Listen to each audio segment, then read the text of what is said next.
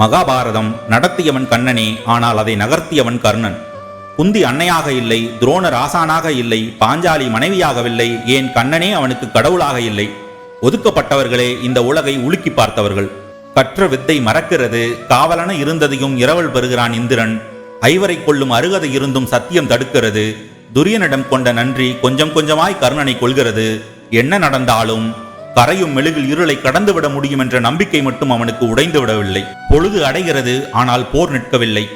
காற்றை கிழிக்கும் ரதம் சேற்றிலே சிக்குகிறது.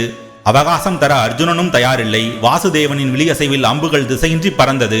அதற்கும் அடைக்கலம் கர்ணனே தருகிறான்.